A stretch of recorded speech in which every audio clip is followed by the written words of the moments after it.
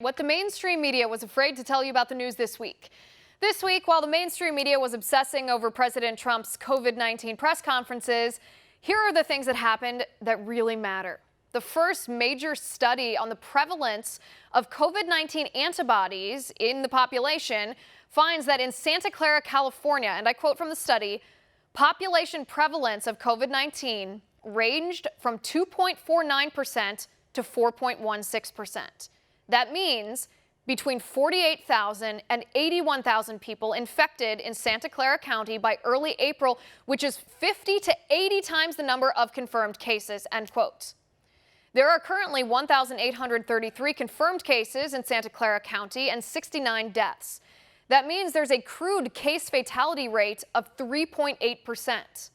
But if the deaths are 69 and the number infected are actually 48,000, and that's the low end, then the real case fatality rate is 0.14%. That's a major, huge game-changing difference. But did the mainstream media report this to you? No, they barely mentioned it. Meanwhile, as lockdowns continue across the country, state and local officials are abusing their power. The governor of New Jersey said he wasn't thinking about the Bill of Rights. The governor of Michigan says it's okay if government violates your rights as long as it's snowing. Police in Mississippi told a pastor, your rights are suspended. And North Carolina police said, quote, protesting is a non-essential activity. But did the mainstream media report on these serious violations of individual liberties? Nope. The mainstream media basically ignored it.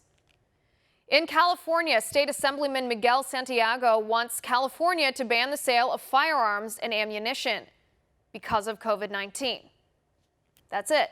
He doesn't like guns, and he's trying to exploit the COVID-19 crisis to push through his unconstitutional pet project in violation of the Second Amendment right to keep and bear arms.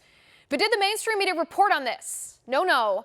The mainstream media is in the pocket of the left, and the left wants to take away your gun rights. Quest Diagnostics, which so far has processed 40% of COVID-19 tests in our country, is furloughing their employees, cutting pay, dismissing temporary workers, and cutting overtime, thanks to the government-mandated lockdowns. Quest has no profit from the regular tests they perform to earn the money to pay their employees. But did the mainstream media report on the devastating and unintended damage the lockdowns are inflicting on our healthcare system? Nope. The mainstream media was quiet. New reports show exculpatory evidence that the FBI did not give to the FISA court during their Crossfire Hurricane investigation. We were told by the left that evidence from George Papadopoulos' conversations with a confidential U.S. intelligence community source was the reason for the FBI's investigation into the Trump campaign.